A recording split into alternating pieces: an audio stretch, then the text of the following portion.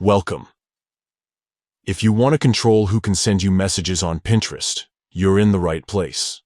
Today, I'll show you how to set Pinterest so you only receive messages from people you follow, and have those messages appear in your requests folder. This keeps your inbox organized and gives you more control over your conversations. Let's get started. First, open the Pinterest app on your device. Make sure you're logged into your account so you can access all the settings. Next, go to your profile. You can do this by tapping the profile icon, usually located at the bottom right corner of your screen. This will take you to your personal Pinterest page, where you can see all your boards and pins.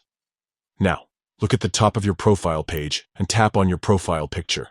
This will open up your account options and settings. Scroll down and find the section labeled Social Permissions. Tap on it to access more detailed controls over how you interact with others on Pinterest. Inside the Social Permissions menu, you'll see an option called Message Settings. Tap on this to open up your messaging preferences. Here's where you can fine-tune who can reach out to you. Tap on the option labeled Following. This means only people you follow can send you messages. But to make sure those messages go into your Requests folder instead of your main inbox, select Requests. This way, messages from people you follow won't go straight to your main messages. They'll be neatly organized in the Requests tab, giving you the choice to accept or ignore them. And that's it.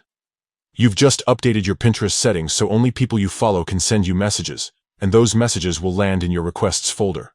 This helps you avoid unwanted DMS and keeps your inbox tidy. If you found this guide helpful, don't forget to like and subscribe for more social media tips and tutorials. Thanks for watching, and see you in the next video.